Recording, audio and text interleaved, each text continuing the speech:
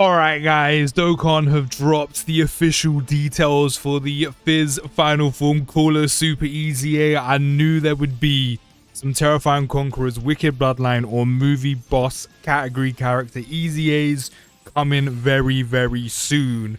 Hopefully, this is going to be one of many, because the new Metal Caller army is very dependent on those category units. So hopefully this isn't going to be the only one. Recently, Dokkan have been on a very good track record when it comes to buffing categories of new units. So I'm hoping that continues now. But let me know your thoughts down in the comments of Caller. Let's jump into it. So he'll be starting with 200% attack and defense. Launch an additional attack. There's a 70% chance to become a super attack. Super class allies, 20% attack and defense. Extreme class allies, key +2. And 40% attack and defense. That's going to be really nice for the likes of Wicked Bloodline category character units. Struggling there. And the Terrifying Conqueror units, especially the new Metal Caller army. Then for one turn from the character's entry, we'll launch an additional attack that has a 50% chance to become a super attack. Don't know why we've gone down to 50. Usually Dokkan has a stiffy. I mean a stiffy.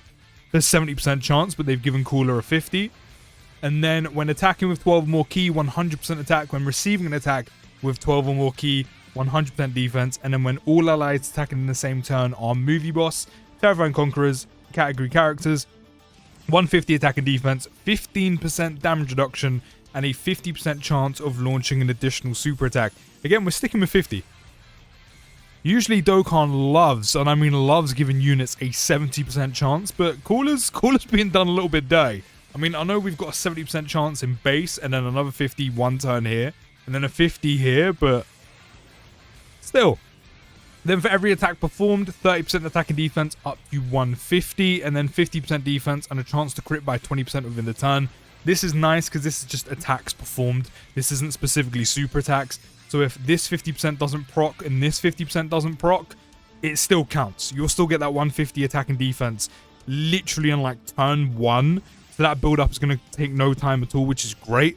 So I'm glad they've worded it like that. And then for every super attack performed, Caller is gaining, where are we?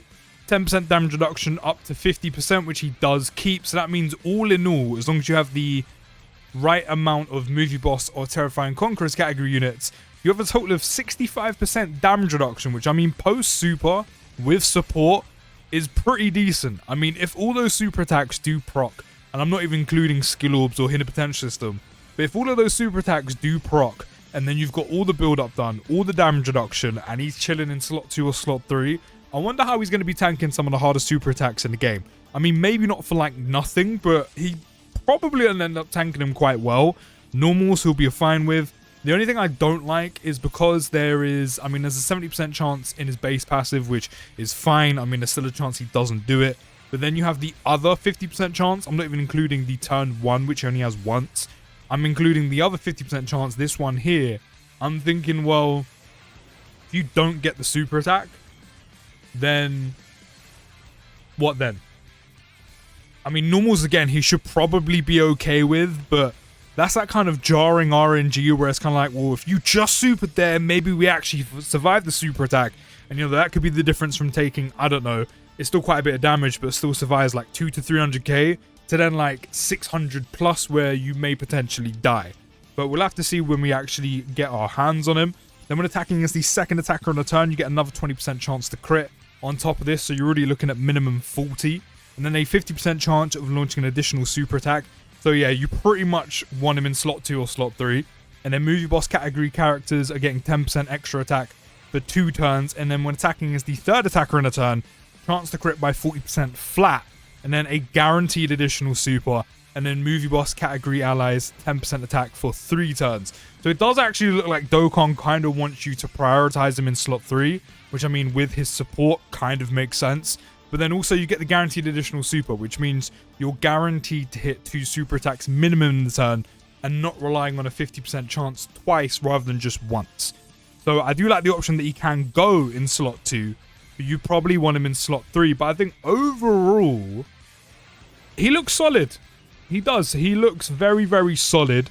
I I think normals he'll be okay with. I think super attacks, I think, is going to be very dependent on whether or not you do get all the possible super attacks you can get. Is he in scheduling yet? No, of course not.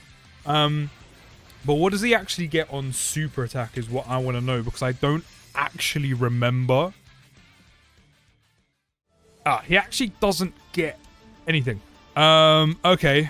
So this kind of means nothing. If anything, you're just getting the build-up done quicker and is going to be there to prioritize damage. And if you can lower defense, you'll lower defense. So you're actually getting no defensive build-up, no attack and defense raise on super attack. So it's kind of irrelevant if he super attacks enough times. If possible, you'll just be missing out on damage. But I'm kind of thinking, I mean, he does get quite a bit in terms of extra stats. You know, he does have defense on 12 or more key, the 200% he starts with, the 150 build-up. I'm just thinking, for the majority of super attacks in the game, is it going to be enough? Is he going to have enough in terms of stats? And then the 65% damage reduction, that's the one thing I'm intrigued about. But at the end of the day, here's a very solid EZA. It's a good start for Terrifying Conquerors, Wicked Bloodline, or movie bosses.